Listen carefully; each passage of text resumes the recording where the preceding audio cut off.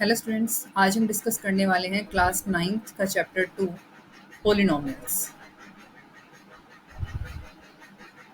Polynomials पढ़ने से पहले हमें थोड़ी सी चीज़ों के बारे में पहले से पता होना चाहिए। जैसे हमने पहले अलजेब्राइक एक्सप्रेशन पढ़े थे,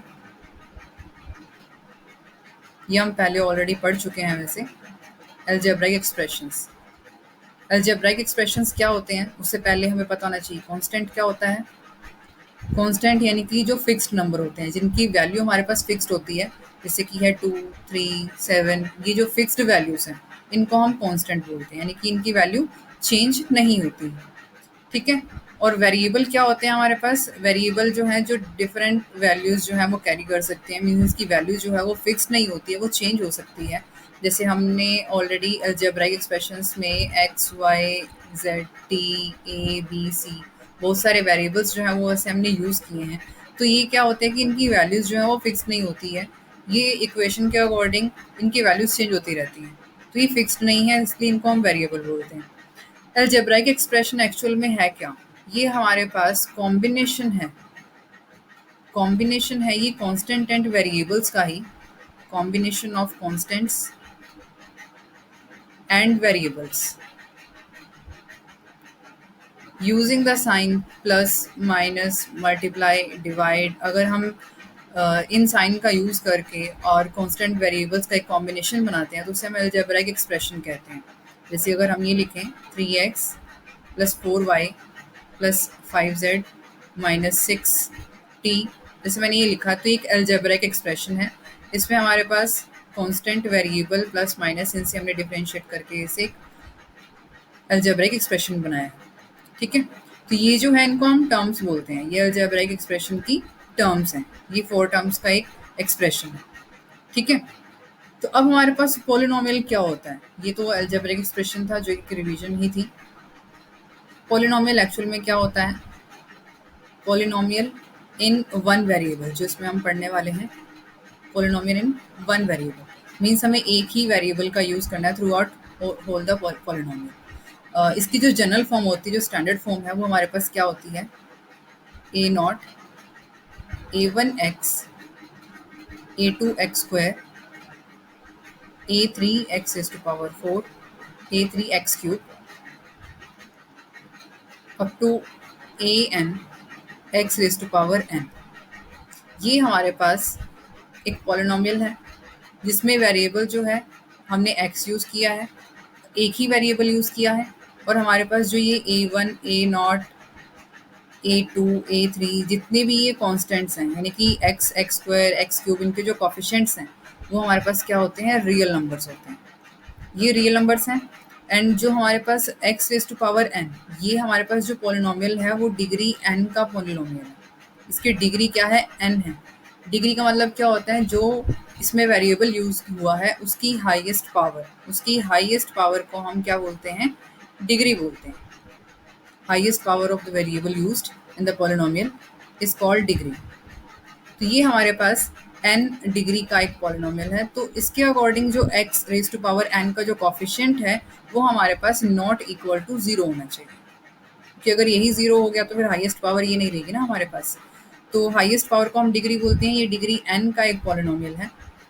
मैं इसका एग्जांपल देती हूँ आपको एक। फॉर एग्जांपल अगर हम लिखते हैं x⁴ x² 2x + 5, तो ये हमारे पास एक पॉलिनोमियल है। x की डिसेंडिंग पावर्स में लिखा हुआ है हमने ये, और यहाँ हम ये देख पा रहे हैं कि इसकी जो हाईएस्ट पावर है वो हमारे पास क्या है? 3 है। तो मीन्स इसकी जो डिग्री है वो क्या हो गई? 3 हो गई। ठीक है। तो ये हमारे पास जो है पॉलिनोमियल की एक स्टैंडर्ड फॉर्म होती है। मीन्स x जो है असेंडिंग या डिसेंडिंग पावर्स में उनको हम लिख सकते हैं। जो इनके कॉफिशेंट्स हैं वो रियल नंबर्स होंगे। ठीक है। तो ये हमारे पास क्या है? एक पॉलिनोमियल है। जो इस चैप्टर में हम पढ़ने वाले हैं वन वेरिएबल का पॉलिनोमियल ही पढ़ने वाले हैं।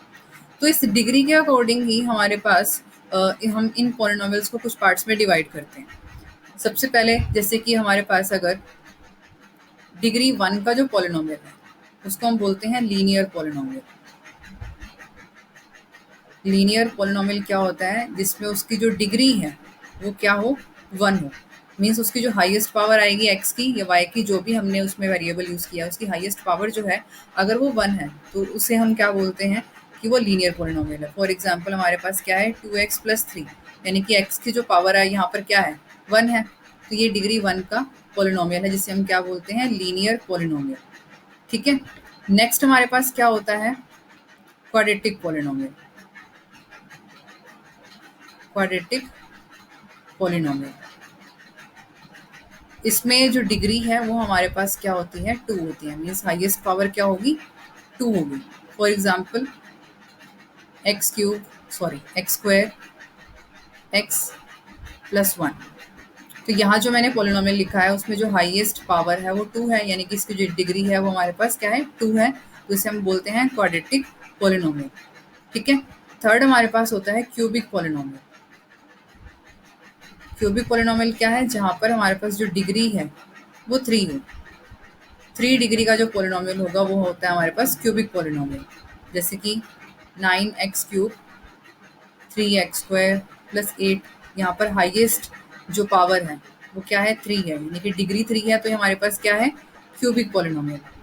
इसके बाद नेक्स्ट पावर 4 वाले को हम क्या बोलते हैं quadratic polynomial, by quadratic polynomial.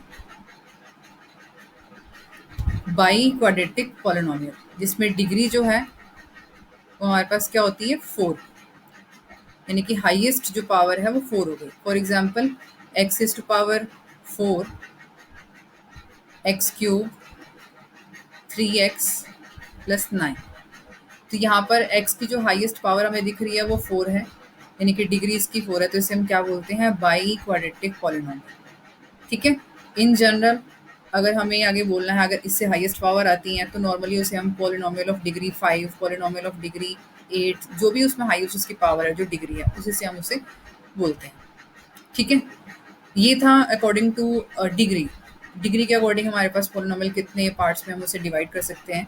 अब ऐसे ही हमारे पास टर्म्स के अकॉर्डिंग भी होता है, इसके बारे में भी आपसे एमसीक्यू में पूछा जा सकता है और जनरली हमें नॉलेज भी होनी चाहिए इस चीज़ की कि टर्म के अकॉर्डिंग हम पॉलिनोमियल को कितने टाइप में डिवाइड कर सकते हैं। तो सबसे पहले हमारे पास होता है मोनोमियल। मोनोमियल क्या होता है, जिसमें हमारे पास एक ही टर्म होती है, जिसमें एक टर्म होती है। टर्म मैंने बताया था ना कि यहाँ पर अगर हमने ये लिखा है x square plus x plus 3, तो यहाँ पर ये 3 टर्म्स का एक पॉलिनोमियल है। ठीक है, बट जो यहाँ पे हमें मोनोमियल हमें बताना है तो मोनोमियल में होती है सिंगल टर्म, एक ही टर्म होगी, वो कांस्टेंट भी हो सकती है, वो हमारे पास वेरिएबल भी हो सकती है। तो अगर मैंने ये लिखा है ये 3x ओनली, इसमें सिर्फ एक ही टर्म है, तो ये हमारे पास क्या है मोनोमियल है। ठीक है, सेकंड हमारे पास होता है बाइनोमियल। बाइनोमियल मींस जिसमें हमारे पास 2 टर्म्स होंगी। ठीक है, 2 टर्म्स वाला जो हमारे पास पॉलिनोमियल बनेगा उसे हम क्या बोलते हैं binomial. For example 2x plus 3, यहाँ पर पावर से मतलब नहीं है हमें, इसकी पावर कुछ भी हो सकती है, इसकी पावर 100 भी हो सकती है, डिग्री का मतलब नहीं है इसमें कुछ भी, टर्म से मतलब है हमें, हमारी 2 टर्म्स हैं इसमें, तो ये बाइनोमियल है। ठीक है, ट्राइनोमियल क्या होता है हमारे पास, जिसमें हमारे पास 3 टर्म्स होती हैं, वो ट्राइनोमियल है। कितनी टर्म्स होंगी जिसमें 3, तो होगा ट्राइनोमियल। और फॉर एग्जांपल इसमें हम लिख सकते हैं 2x square plus 3x plus 5, तो ये 3 टर्म्स का हमारे पास क्या हो गया एक ट्राइनोमियल हो गया। ठीक है, और इसमें जो हमारे पास ये एक्स स्क्वायर एक्स के साथ जो भी मल्टीपल में आते हैं तो उसको हम बोलते हैं कोएफिशिएंट्स। इसमें आपको पॉलिनोमियल देकर के पूछ भी सकता है कि आप एक पॉलिनोमियल आपको गिवन है और उसमें आपसे पूछ सकता है कि आप एक्स स्क्वायर की टर्म का बताओ कोएफिशिएंट क्या है, तो उसमें पता होना चाहिए कि कोएफिशिएंट क्या होते हैं। एक्स स्क्वायर एक्स जितने भी इसमें वेरिएबल यूज हुए उनके साथ में मल्टीप्लाइंग में जो नंबर्स हैं उनके साइन भी साथ में आपको इंक्लूड करने हैं, यानी कि अगर हमारे पास लिखा है 2x स्क्वायर माइनस 3x, तो x का जो कोएफिशिएंट है वो क्या आएगा हमारे पास -3। ठीक है, तो coefficient of x will be -3। यहाँ पर अगर हम लिखते हैं coefficient of x square coefficient है 2। और अगर आप बताना चाहो इसमें, अगर इन केस आपसे पूछता है, ऐसे क्वेश्चन में पूछ सकता है, यही आपको पॉलिनोमियल ये दिया है और आपसे पूछ लिया coefficient of x is to power 4, तो इसमें तो एक्स इज टू पावर 4 है ही नहीं हमारे पास, तो वहाँ पर हम क्या लिखेंगे कि इसका जो कोएफिशिएंट है वो 0 है, क्योंकि वो टर्म इसमें एग्जिस्ट ही नहीं कर रही है। ठीक है, यानी कि इस पॉलिनोमियल को अगर हम लिखना चाहें तो 0 into x raise to power 4 हम साथ में लिख सकते हैं, बट आपको वैसे शो करने की ज़रूरत नहीं है। अगर कोफिशिएंट ऑफ एक्स 4 पूछा है और उस पॉलिनोमियल में x raise to power 4 exist ही नहीं कर रहा है ही नहीं है, तो उसमें उसका लिखते हैं कोफिशिएंट हमारे पास क्या है, उसका 0 है। ठीक है, इसके अलावा हमारे पास 2 टाइप के और पॉलिनोमियल होते हैं। एक हमारा होता है ज़ीरो पॉलिनोमियल, नेम से ही पता चल गया कि ज़ीरो पॉलिनोमियल क्या होगा, जिसमें हमारे पास एक ही टर्म होगी 0। और दूसरा हमारे पास होता है कांस्टेंट पॉलिनोमियल। कांस्टेंट पॉलिनोमियल भी क्या हुआ, जिसमें सिर्फ कांस्टेंट नंबर होगा अदर देन 0। ठीक है, ओनली 2, 3, 7 अगर ये लिखे हैं तो ये कांस्टेंट पॉलिनोमियल में हम काउंट कर सकते हैं। ठीक है, और कांस्टेंट पॉलिनोमियल की डिग्री क्या होती है, यहाँ पर ज़ीरो पॉलिनोमियल की बात नहीं हो रही है, डिग्री ऑफ कांस्टेंट पॉलिनोमियल। तो कांस्टेंट पॉलिनोमियल में हमारे पास वेरिएबल तो है ही नहीं, तो इसमें जो कांस्टेंट पॉलिनोमियल की डिग्री रहती है वो 0 रहती है। वो कैसे, सपोज अगर मुझे कांस्टेंट पॉलिनोमियल 2 दिया है, मैंने अगर वेरिएबल साथ में 0 लिखा, x लिखा, तो उसकी पावर 0 होगी, इसकी वैल्यू तो 1 हो जाएगी ना, इसकी वैल्यू 1 हो जाएगी, तो ये बचेगा हमारे पास 2। ठीक है, तो यहाँ पर यानी कि जो डिग्री है कांस्टेंट पॉलिनोमियल की, वो हमारे पास क्या रहेगी, 0 रहेगी। क्लियर है। अब इसके बाद हम क्या पढ़ने वाले हैं, ये सब पॉलिनोमियल के बारे में हमने पढ़ लिया कि पॉलिनोमियल हमारे पास कितने टाइप के हो सकते हैं according to degree, according to terms. Degree क्या होती है, कोफिशिएंट्स क्या होते हैं, टर्म्स क्या होती हैं। अब जो आपके पास एक्सरसाइज में क्वेश्चन आएंगे वो किस टाइप के क्वेश्चंस होंगे, वो आपसे पूछेगा। सबसे पहले तो आपको ये चेक करना होगा कि ये पॉलिनोमियल जो आपको गिवन है, क्या वो एक्चुअल में पॉलिनोमियल इन वन वेरिएबल है या नहीं है। क्योंकि अभी तक हमने ये पढ़ा है कि उसमें एक्स की पावर्स हम ये हो सकती हैं उसमें, यानी कि पावर 3 है, 2 है, 1 है, लेकिन कुछ पावर्स ऐसी भी हैं जो हमारे पास वो पॉलिनोमियल में होल्ड नहीं करती हैं। फॉर एग्जांपल अगर मैं ये कहूँ कि यहाँ पर जो भी हम वेरिएबल यूज़ कर रहे हैं उसकी पावर जो है वो नेगेटिव नहीं होनी चाहिए। अगर हमें पॉलिनोमियल गिवन है 4t² plus 1/6 plus 1/t, T divide में आ गया, अगर इसे आप सिंप्लीफाई करोगे तो t को आपको न्यूमरेटर में लेके जाना पड़ेगा और इसकी पावर हो जाएगी -1, तो ये एक पॉलिनोमियल नहीं है। ठीक है, और अगर हमने ये लिखा √t प्लस 3, यहाँ पर जो t की पावर है वो आ गई 1/2, यानी कि पावर जो है वो रैशनल आ गई।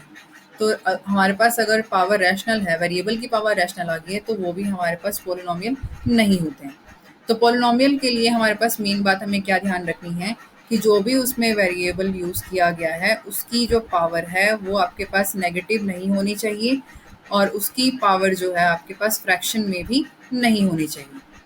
ठीक है, फ्रैक्शन, कोई भी फ्रैक्शन आए, फ्रैक्शन नहीं होनी चाहिए उसकी पावर, यानी कि अंडर रूट में ना हो, इररेशनल जो है वेरिएबल उसके अंदर यूज़ नहीं होना चाहिए। आप सिर्फ 2 ही बातें ध्यान रखिए कि नेगेटिव ना हो और फ्रैक्शन में ना हो।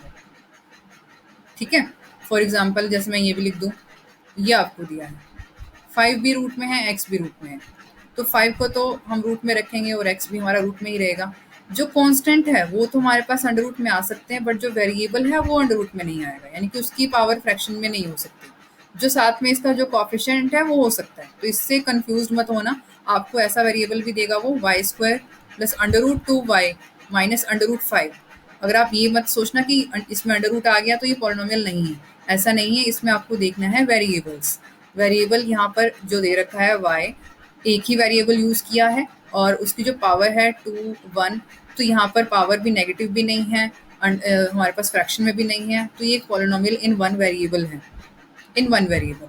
आपसे ऐसे भी पूछ सकता है, उस टाइप का सम भी आ सकता है कि आपसे एक एग्जांपल मैं देती हूँ, x² plus y² plus 3t, तो क्या इसे हम पॉलिनोमियल कह सकते हैं इन वन वेरिएबल। अगर वन वेरिएबल की बात कहें तो ये वन वेरिएबल में पॉलिनोमियल नहीं है, क्योंकि इसके अंदर x, y, t इसने 3 वेरिएबल यूज़ कर लिए हैं, तो एक पॉलिनोमियल नहीं है इन वन वेरिएबल। ठीक है, अब इसके अलावा हमारे पास, इसके बाद हमारे पास क्या आता है, वैल्यू ऑफ अ पॉलिनोमियल। किसी पॉलिनोमियल की वैल्यू हम कैसे फाइंड कर सकते हैं। अब वैल्यू का मतलब क्या है, पहली बात ये, पॉलिनोमियल को हम डिनोट करते हैं px से, यानी कि अगर कोई पॉलिनोमियल हमें गिवन है, suppose x² plus 3x plus 5, ये मैंने पॉलिनोमियल लिया, इसको हम generally P x, F x, x का मतलब क्या है, एक्स वेरिएबल में है, ठीक है। जी एक्स किसी भी नेम से इसे हम डिनोट कर सकते हैं, रिप्रेजेंट कर सकते हैं। जैसे कि अगर हमने लिखा है क्यू ऑफ टी, मीन्स ये पोलिनोमियल है in variable t, t square plus 3, ठीक है।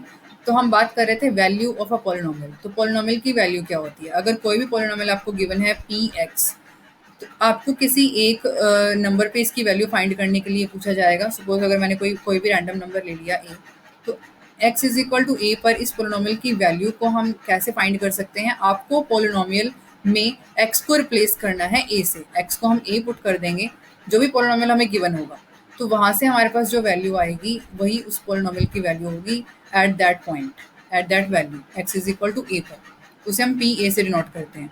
सपोज मेरे पास पोलिनोमियल यही है, p x is equal to x square plus 3x plus 5, और आपको बोला गया है कि आपको फाइंड करना है p माइनस 1। तो इसका मतलब क्या है कि आपको x को रिप्लेस करना है -1 से।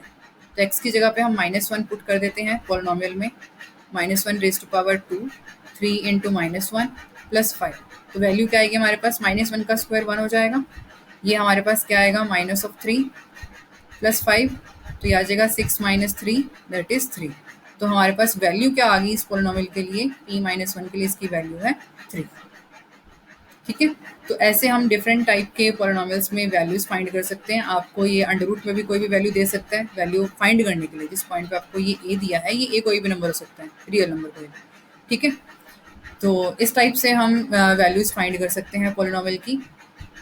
इसके आगे का जो भी पार्ट है वो हम पढ़ेंगे आगे नेक्स्ट लेक्चर में। तो आज के लिए इतना काफ़ी है। Okay, thank you.